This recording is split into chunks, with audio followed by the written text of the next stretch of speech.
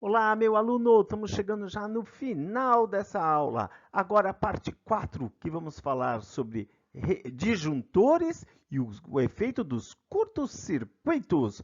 Vamos ao próximo slide. Vamos lá. Valeu.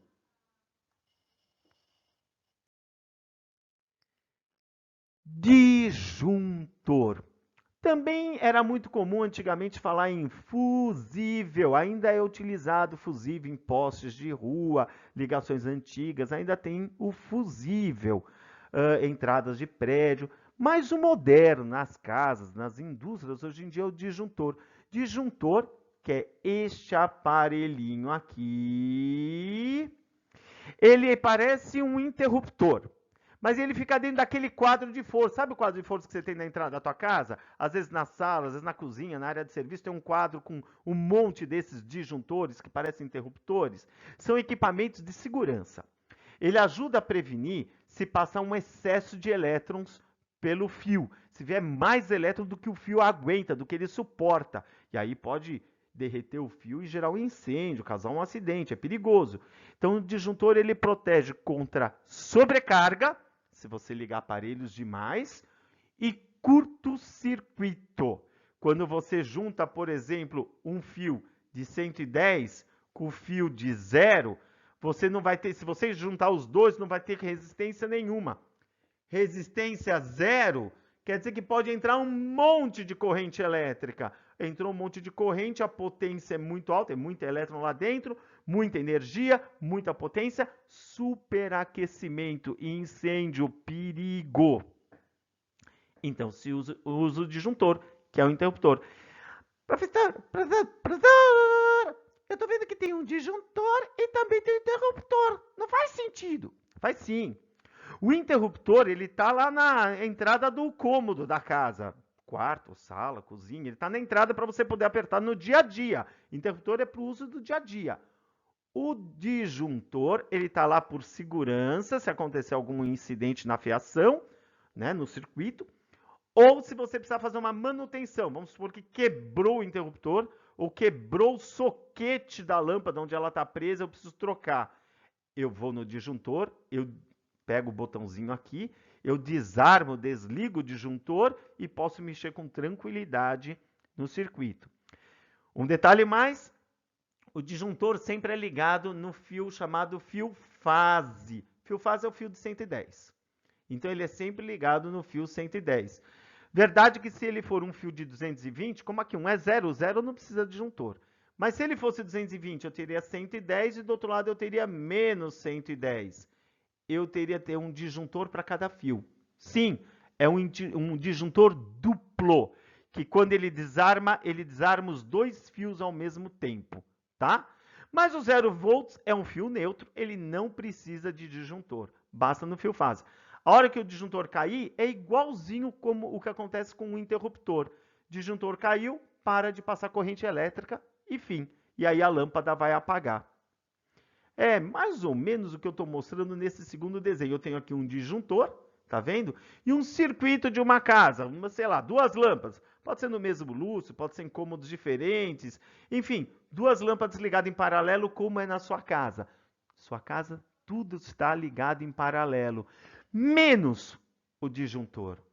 O disjuntor é sempre ligado em série ao circuito. Então, repara, o disjuntor ele está aqui em série com tudo que está ligado em paralelo. Então liga toda a casa em paralelo, pega essa fiação, esse nozinho que junta todos os fios e liga ele ao disjuntor.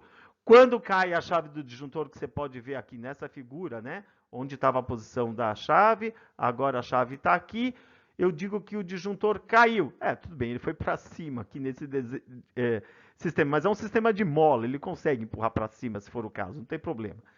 E aí, quando ele cai, desarma o disjuntor, melhor falando, então, não passa mais corrente elétrica. Repare que o desenho de corrente elétrica não tem mais.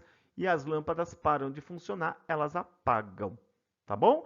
Então, tem que saber para que serve o disjuntor. Equipamento de segurança cujo objetivo é evitar sobrecarga de corrente elétrica devido ao excesso de aparelhos ligados ou curto-circuito. E quando o disjuntor desarma, apaga o circuito inteiro. Ok? E o último item de curiosidade que eu vou falar. Zoom. O que é um curto-circuito? Tem dois tipos, acabei de comentar um. Se eu ligar os dois lados de uma tomada, os dois lados de uma pilha, vai sair uma faísca, vai gerar um curto-circuito, vai esquentar essa pilha. Isso daí é um tipo de curto-circuito. Quando você tem curto-circuito a pilha ou curto-circuito uma tomada. Sim, a pilha superaquece nessa situação, esquenta. Cuidado se você fizer essa brincadeira que vai queimar teu dedo. Esquenta muito. E um outro curto-circuito que é mais inofensivo seria pegar aqui uma lâmpada, tá vendo que tem uma chavinha aqui, e eu fechar essa chavinha. O que aconteceu? Vamos supor que um lado aqui da tomada, da lâmpada, perdão, é o lado A, e o outro lado é o lado B.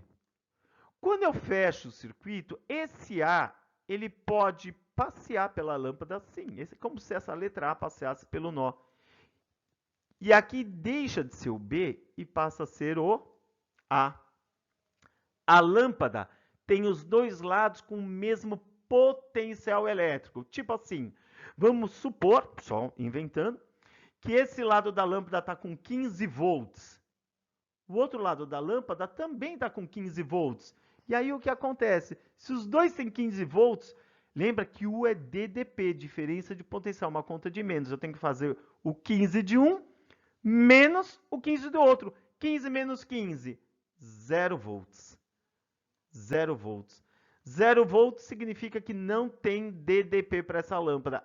Ela não pega fogo, ela não vai explodir, ela simplesmente apaga, porque a DDP é 0. E o elétron, ele passa, porque o elétron consegue passar por esse fio por aqui, ó. O elétron vem por aqui, veio por aqui, passou pela lâmpada, subiu, atravessou o resistor, desceu, saiu por aqui.